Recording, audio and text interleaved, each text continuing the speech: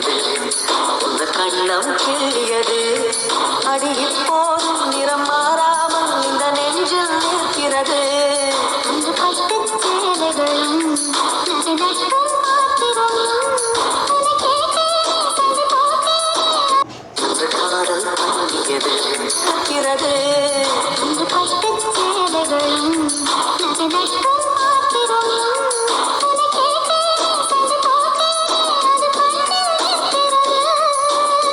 ஜாதி மல்லி பூவே